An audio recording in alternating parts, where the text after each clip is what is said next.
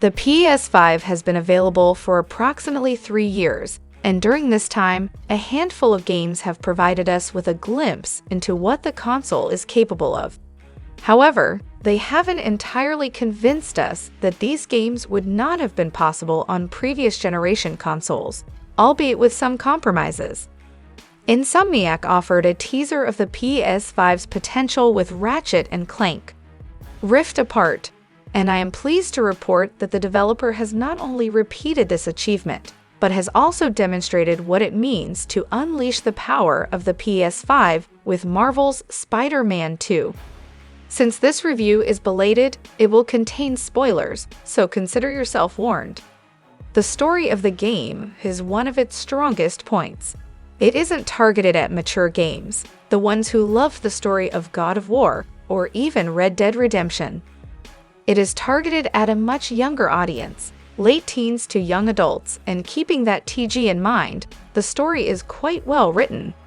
We follow the story of two Spider-Man, Peter Parker and Miles Morales. Both our heroes are struggling with everyday life problems. Peter trying to hold down a steady job and Miles getting ready for college. In the middle of these real-world crises, we have Kraven the Hunter, who has made New York his new hunting ground. Kraven the Hunter acts as a catalyst for the real villain in town, Venom. The writers have done an excellent job weaving the symbiote story in a way that comic fans have heard before and yet will feel fresh to some.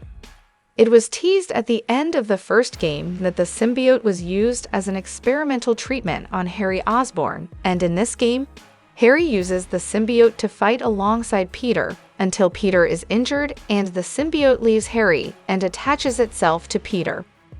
Both are perplexed about how the symbiote was transferred, but this leads to the transformation of Peter Parker from your friendly neighborhood Spider-Man to the anti-hero we've come to meet in the comics. From here on, it is the standard plot twists and emotional story beats until the symbiote finds his way back to Harry and we are introduced to Venom. While some of the plot twists seem predictable, what was a pleasant surprise was Venom being a playable character in the game, which we will talk about more in the gameplay section. The end of the game sees Spider-Man gain anti-venom abilities and save the day. Overall, I think the story is quite interesting considering the TG and fan base. Mature gamers might find the story a tad childish, and that's okay as the package on offer is one worth experiencing. The story starts slow, but once you get to the lizard boss fight, it is punch after punch till you hit the end of the story. It's like riding a cycle for a while, and then immediately transitioning to a bullet train. Spider-Man has the robotic spider arms for the first half of the game, and once you get the symbiote suite, there is no looking back.